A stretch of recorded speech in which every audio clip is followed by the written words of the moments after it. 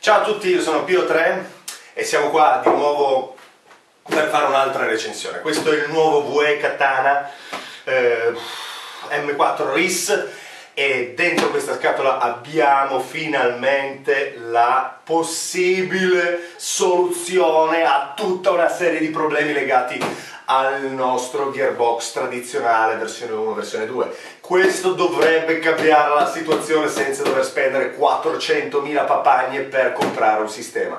Sicuramente non sarà la stessa cosa, ma quantomeno abbiamo un cambio di rotta. E adesso vediamo cosa c'è dentro questa scatola. Sono sicuro che siete pronti perché io apra questo oggetto. Aprilo. No. Apri. Non ancora. Apri. No.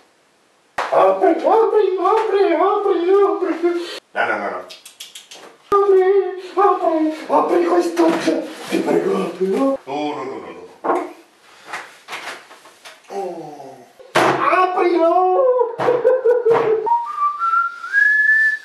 Aprilo. E va bene, è arrivato il momento di aprire questa meravigliosa scatolina e vedere cosa c'è dentro. Dunque, come al solito, se spendiamo poco non ci dobbiamo aspettare niente di che a livello di packaging. Ok, nella scatola troviamo ovviamente le istruzioni della VE, l'Uriball. Se volete farmi diventare pazzo mi dovete dare del Pluriball! Il caricatore, il cilindro da 120 è montato, non è montato all'interno avremo montato ovviamente il nostro cilindro da 90. Finalmente infatti Pluriball, andiamo del Pluriball, benissimo, opla! Abbiamo una replica esattamente come le solite VE M4. Chi ha avuto già un VE in mano sa di che cosa sto parlando, invece chi non ha ancora mai potuto avere, beh, cosa possiamo dire? È una replica sicuramente molto ben fatta, solida, non balla niente, quanto esattamente come un fucile reale. Il peso è abbastanza bilanciato, l'uso dei materiali è molto interessante con questi cambi di acciaio, sì, insomma tutta una serie di materie di cambio che volete vedere il materiale come cambia, come cangia il materiale. Quando cangia il materiale io divento pazzo quando cangia il materiale! Quindi abbiamo di fronte un bel fucilozzo, visto da fuori, non ha marchi, ovviamente per tutte le guerre che si fanno per i marchi, la VE ha incominciato una politica dicendo basta, noi i marchi non li mettiamo, che ci fa, noi tanto abbiamo la soluzione. Ok, allora, questo è quanto arriva nella scatola, andiamo a vedere adesso come funziona questo bambino, ok?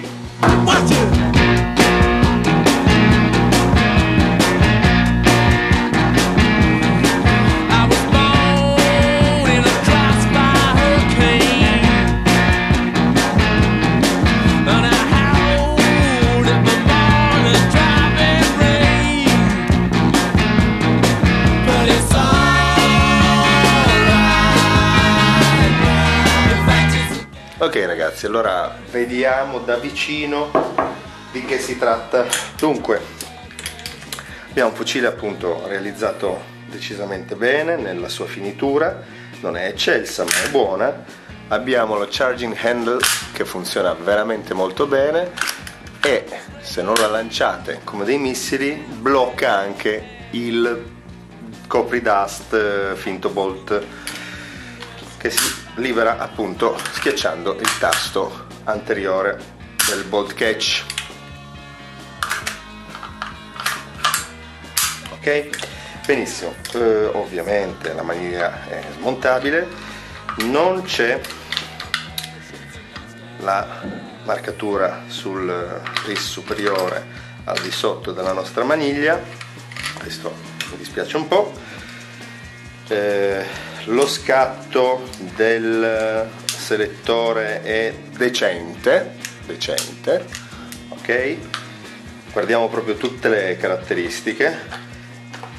Il calcio invece è molto stabile, ok? Abbiamo 1, 2, 3, 4, 5 posizioni, ok?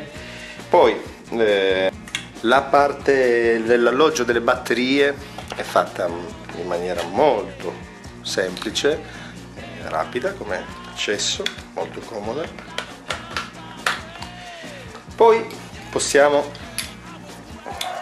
osservare che il RIS fitta proprio perfettamente, non si muove, grazie anche appunto al vitozzo superiore. Si smonta in maniera abbastanza semplice se si interessa a montare qualcos'altro sotto. La canna interna non è granché, nel senso che appunto, come vedete, è sottile il tubicino, questo un po' non ci è piaciuto, però torno a dire, il costo è talmente basso rispetto ad altre faccende. Per reinserirlo dobbiamo comunque lavorare un pochino con le dita, perché ecco, poi si mette perfettamente sia davanti che dietro. Ok, ottimo.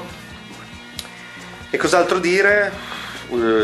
Che vabbè, sì, anche il tubo è largo, sufficientemente largo per poter inserire all'interno del tubo batterie 7,4 lipo, in modo da poter sostituire il calcio e non dover per forza tenere un calcio così largo, tanto più che comunque le lipo credo che qua di fianco non riescano a starci. D'accordo, dunque vediamo adesso come funziona e come viaggia il motorino, guardiamo un po' all'interno.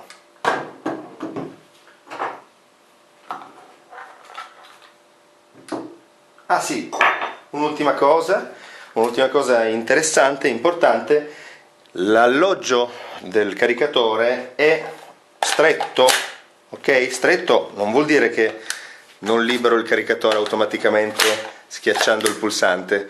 Stretto significa che però non balla il caricatore, è ben inserito dentro. Questo è un altro elemento importante.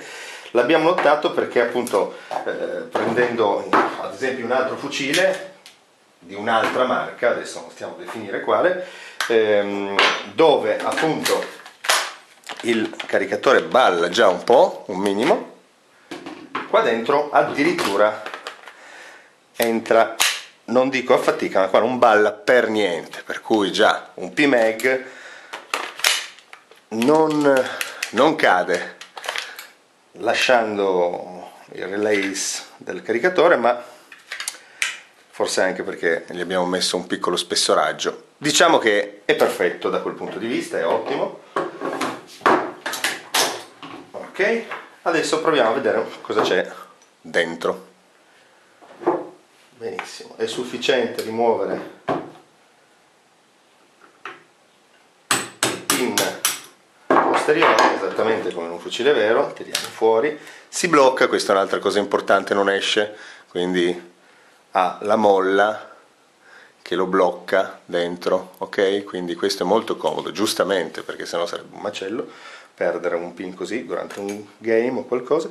E dentro, come abbiamo visto, abbiamo il nostro cilindro azzurro da 90, si rimuove e si reinserisce in maniera molto semplice, come vediamo, fitta perfettamente all'interno di un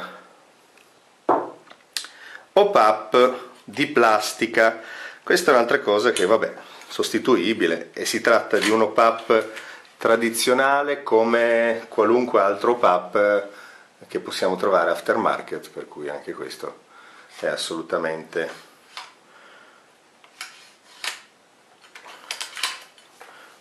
un'ottima cosa.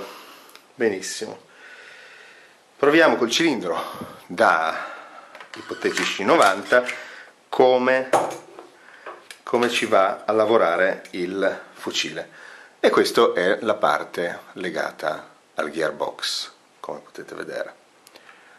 Ok, adesso poi lo analizzeremo bene, lo guarderemo in tutte le sue parti, cercheremo di capire come funziona. Ok, andiamo a effettuare la prova del gearbox con una batteria LiPo 7.4 della A2, 1200 mAh. Osserviamo come gira in colpo singolo.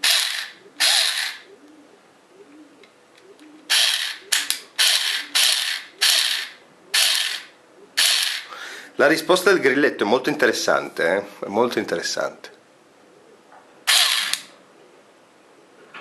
Fa partire poco prima dello scatto.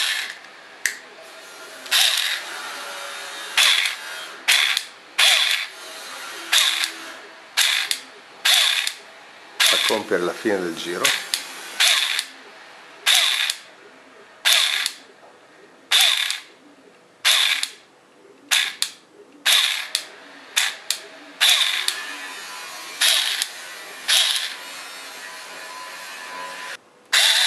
Questa è raffica.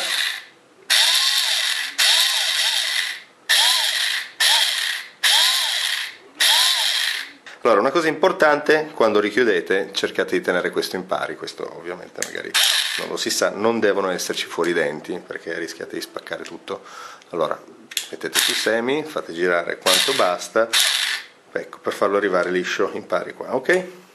Quindi adesso mettiamo su safe, anzi teniamo su semi, tiriamo fuori, chiudiamo la faccenda, si chiude in maniera molto semplice, compatta, e il pin si inserisce in maniera anch'esso abbastanza semplice. Diciamo che non è proprio facilissimo, è bello duro, anzi, perché fare come le scimmie.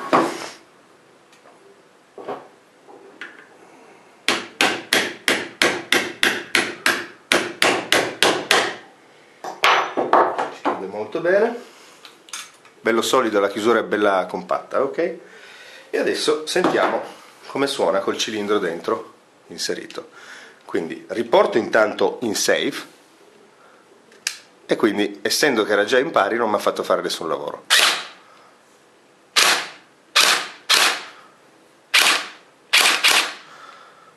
Lascio il suono ai più raffinati, a sentire che tipo di rumore faccia.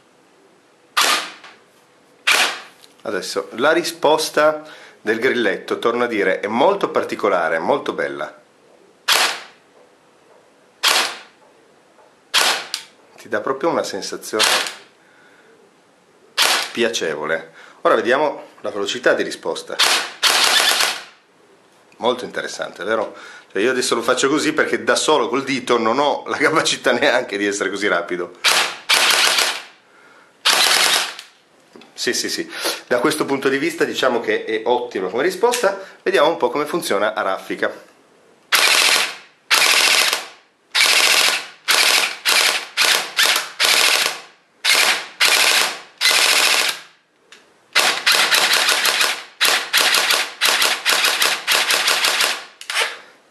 Avete sentito alla fine? Allora, rimetto in safe. Zic. Riporta il cilindro in pace, quindi rilassa il cilindro e lo riporta giù. Benissimo, ok, adesso andiamo a fare la prova crono.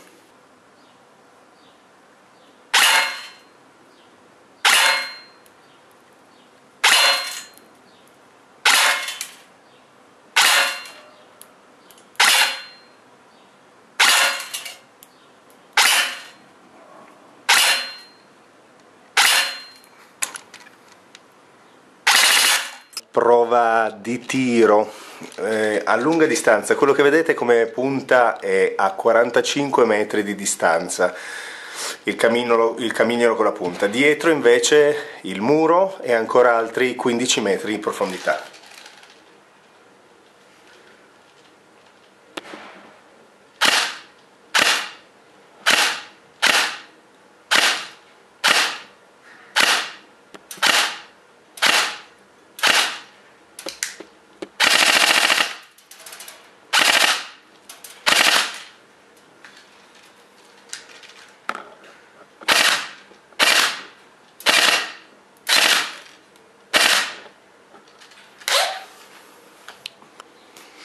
Vediamo ora cosa succede con il cilindro rosso. Intanto col cilindro rosso ovviamente il suono è già cambiato un attimino, sentite.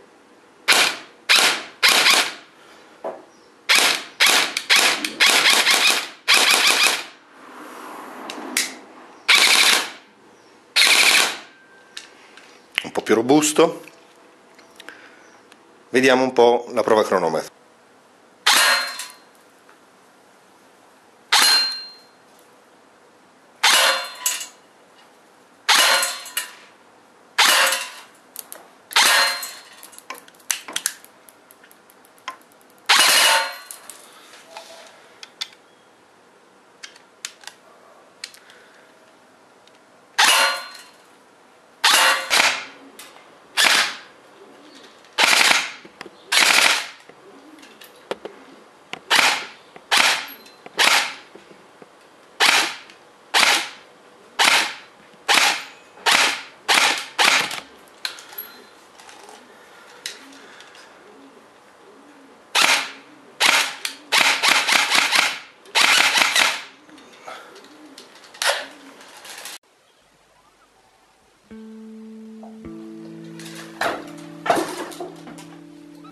Siamo arrivati alla conclusione. Benissimo. Il prodotto di per sé è un ottimo prodotto. Rapporto qualità-prezzo eccelso. Rapporto materiali, resa e solidità eccelso. Rapporto resa tecnica, efficienza. Bene, allora, il cilindro rosso abbiamo visto che è overjowl, il cilindro azzurro sta ampiamente nel giallo. Abbiamo visto che il gruppo aria è veramente ben fatto, ben realizzato e dà una ottima resa al tiro del pallino e possiamo assolutamente agire sull'interno senza nessuna fatica e quindi poter anche regolare questa potenza e abbassarla al nostro jowl preciso.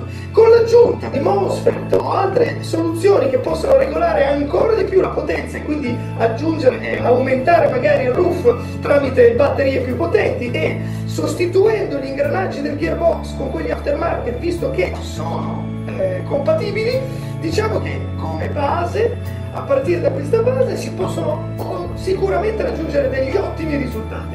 Quindi vi diciamo che è un prodotto col pollice su. La Saturn Gaming è tutto, grazie mille, ci vediamo alla prossima review.